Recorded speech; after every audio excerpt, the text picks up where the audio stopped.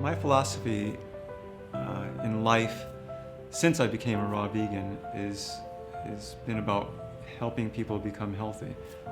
It's so rewarding to see people get well from problems that they have, health problems, and it's so rewarding to see those problems disappear. Hi, I'm Curt Griffin. I'm the founder of Raw Foods Central, and this is our warehouse. This is some of our stock here.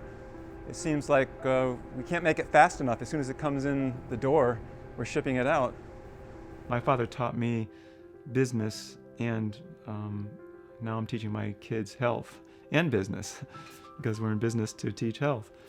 We came up with a line of snacks. We make kale chips, onion rings, flax crackers, and a snack mix, and it's all raw food. And so this is an alternative that's healthy. Here's a picture of one of my students where I was showing them how to make kale chips. It starts with a batter, and then we mix it with the kale, and there's what the kale looks like after it's all mixed in.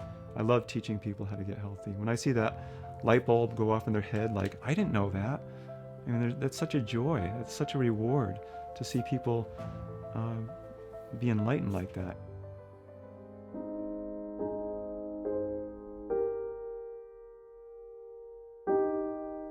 I was born in 1955. It was on August 23rd.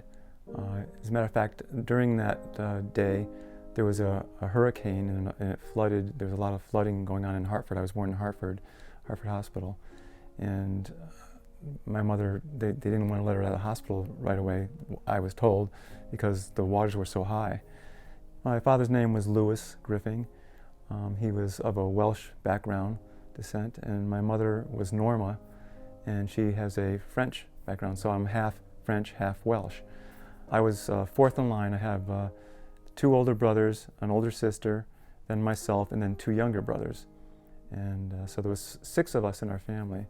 And my mother had her hands full as we grew up, and my mother and father both, they always would talk about their children with a gleam in their eye, My mother used to tell us stories about how they'd go to dinner together, and they'd talk about their kids, and tears would be coming down their eyes, So my father started a TV and appliance business.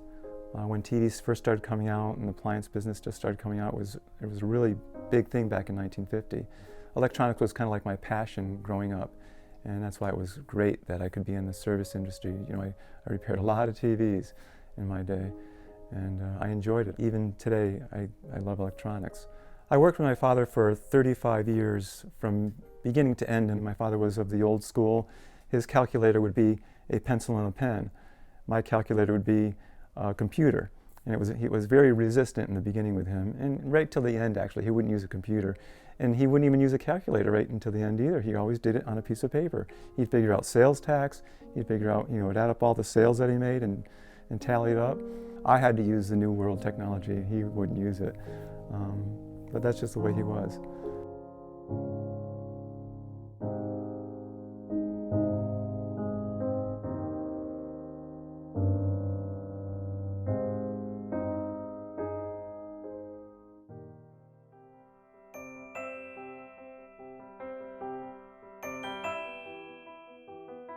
I'm very fortunate at Raw Food Central to work with my 2 sons, Winter and Windsor.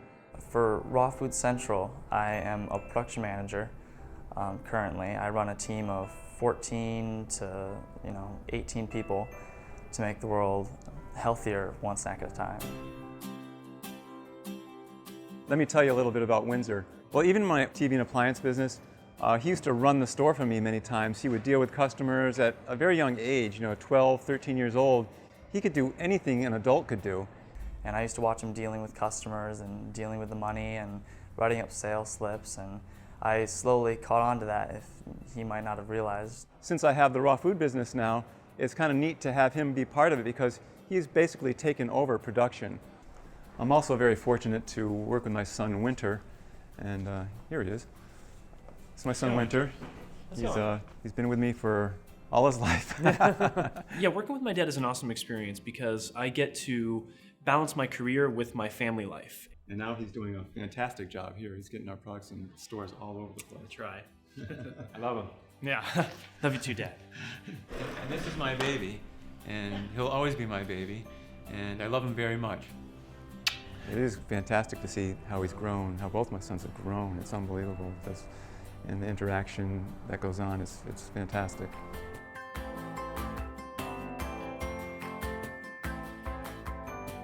I can't say enough about my kids. They're just the best. Of course, every parent says that about their kids, but I'm truly lucky to be working with two of my sons anyways. I wish my daughter was working here too, but she chose a different path, which is great. I'm very happy for her. I love my daughter. I praise her for what she's doing and how hard she's working in her life.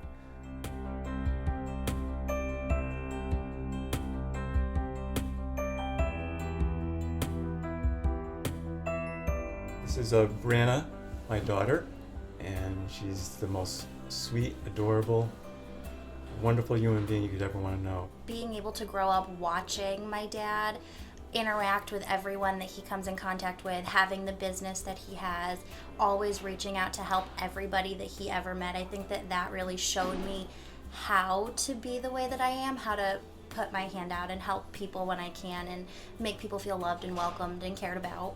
She was a daredevil. You could throw her up in the air in the pool when she was like 1.5 years, 2 years, and she was fearless. I mean, my two boys would freak out, but I could throw her up in the air, she could fall in the pool, go underwater, and it wouldn't freak her out.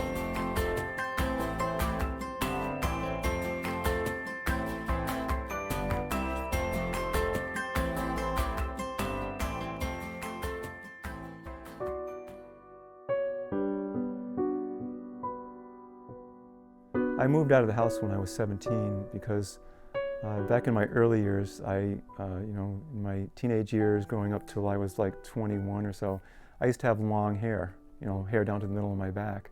And of course, my parents didn't like that. I remember them saying, as long as you're living under our roof, you got to cut your hair. And so I'm thinking to myself, okay, I'm not going to live under your roof anymore. And of course, I moved out. And that's when I was 17 years old. And ever since then, I've never been back home. And I was always a hard worker. I was able to support myself. I used to do carpentry. I used to do painting. I worked for a professional painting company. And so I always had work. I was always a hard worker. I was able to support myself. At the age of 23, I bought my own condominium.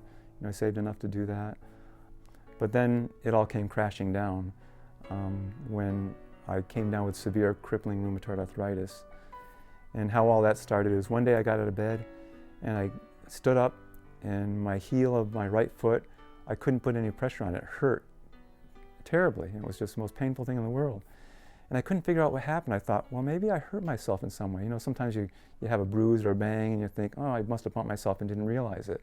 One evening when I was home, I woke up in the morning and my knee was swollen like a balloon. It was so swollen I couldn't bend my knee. It was so stiff and swollen. And I thought, okay, this is bad. So I called the doctor and said, look, you got to see me right away. My knee swelled up like a balloon. I don't know what it is. He said, all right, come right down. He said, well, I have bad news. I said, you have rheumatoid arthritis, and rheumatoid arthritis is not curable. It's something you have to deal with the rest of your life. And my mouth kind of dropped, I'm thinking, what? I said to him, does diet have anything to do with my arthritis and health in general? And he said, no, just keep eating the way you're eating. And it didn't ring right to me because I was reading books by then, and a lot of them were pointed to diet and health, and arthritis even. And I came across what I believe was a secret, but it's not a secret at all. It's been around since the beginning of time. And the secret, what I thought at the time, is just eat right. You got to eat living, raw food. And first I started on a vegetarian diet, and that helped. It was improved. Then as I kept reading, I learned about a vegan diet, staying away from dairy products. That helped. And then I went to the elite stage as I kept reading, and that's the raw food diet, where you don't expose your food to heat at all, and you're getting living nutrition that gives your living cells living health.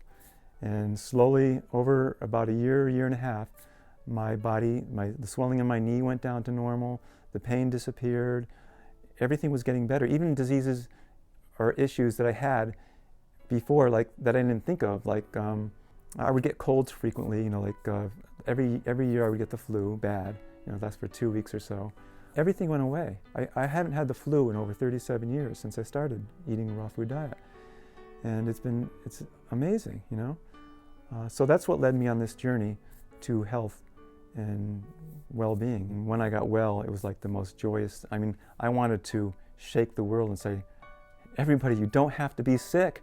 No matter what ails you, you know, whether you have arthritis or asthma or diabetes, you don't have to be sick. And I wanted to shake up the world and just let them know, because I thought I knew the secret that no one knew about.